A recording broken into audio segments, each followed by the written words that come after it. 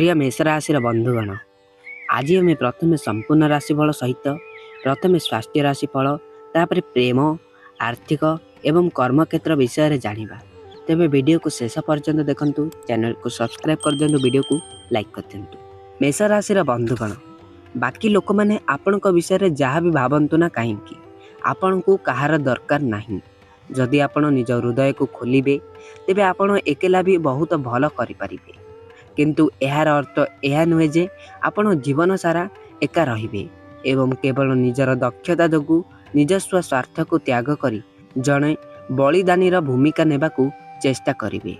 यह हुए तो किछि समय पाई आपण को भल लगी पारे, किंतु एबे सही समय नुहे एवं आपण को जड़े खूब स्वतंत्र एवं विशेष व्यक्ति सह निबिड़ संपर्क गढ़िबाकू प्रेरणा मिलुची, जहाद्वारा आपण ताहाकू केवल निजर यात्रा रे सामिल करिवे नहीं, बरम से जेमिति आपण को सह रहिबे ताहा मध्य निश्चय करिवे।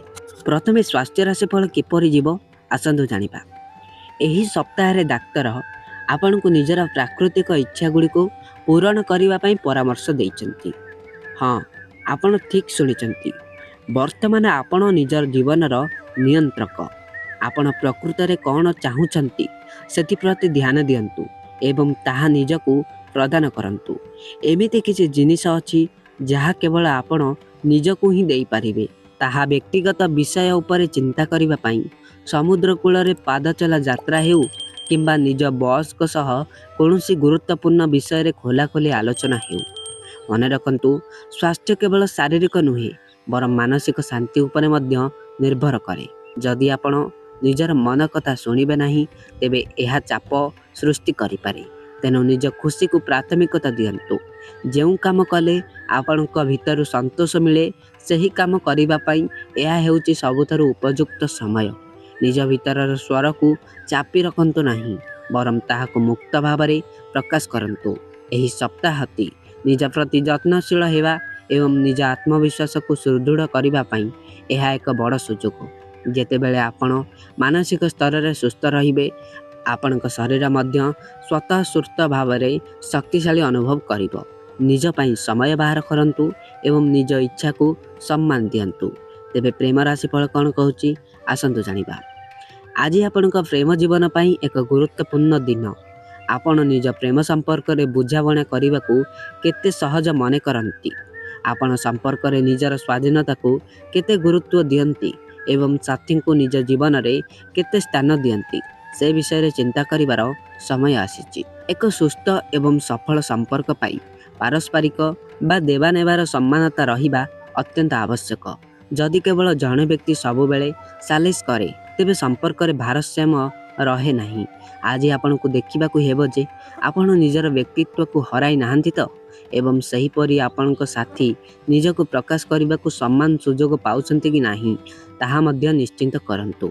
मन रखंतु, प्रेम केवल जनक इच्छा रे चले नहीं। जेतेबेले उभय साथी परस्पर मतामत को सम्मान दियंती एवं एकाठी आग को बढ़ंती सेतेबेले संपर्क अधिक मजबूत हुए। आज निज साथी सह खोलाखोली कथा हुअंतु एवं संपर्क रे समान अंशीदार हेबाकू चेष्टा करंतु। यह ही आपनक प्रेम जीवन रे सुख और शांति आनीदेव।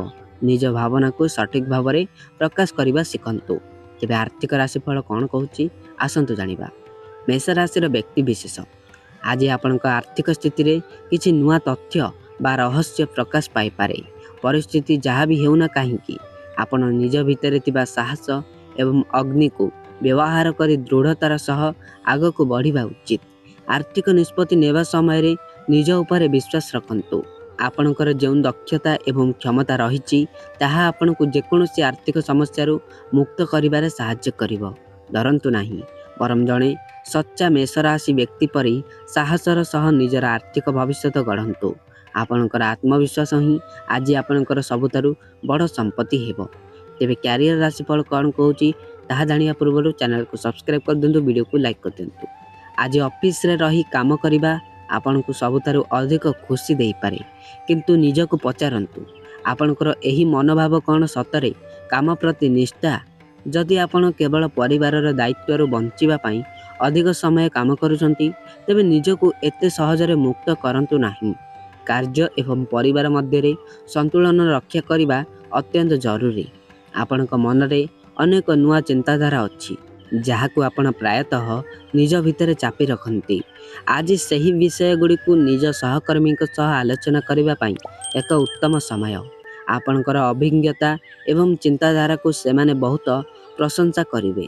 ମନ ଖୋଲି କଥା ହେବା ଦ୍ୱାରା କେବଳ କାମରେ ସଫଳତା ମିଳିବ ନାହିଁ, ବରଂ କର୍ମକ୍ଷେତ୍ରରେ ଆପଣଙ୍କର ସମ୍ମାନ ମଧ୍ୟ ବଢ଼ିବ। ନିଜର ବୃତ୍ତିଗତ ଦକ୍ଷତା ଉପରେ ଭରସା ରଖନ୍ତୁ ଏବଂ ସହଯୋଗୀଙ୍କ ସହ ମିଶି କାମ କରନ୍ତୁ। ଏହା ଆପଣଙ୍କୁ ଉନ୍ନତିର ପଥ ଦେଖାଇବ। ତେବେ ଆପଣଙ୍କ ପାଇଁ ଆଜିର ଭାଗ୍ୟଶାଳୀ ଅଙ୍କ ରହିଛି 8, ଭାଗ୍ୟଶାଳୀ ରଙ୍ଗ ରହିଛି ଗାଢ଼ ସିନ୍ଦୁର ଲାଲ, ଭାଗ୍ୟଶାଳୀ ଦିଗ ରହିଛି ଦକ୍ଷିଣ ଦିଗ।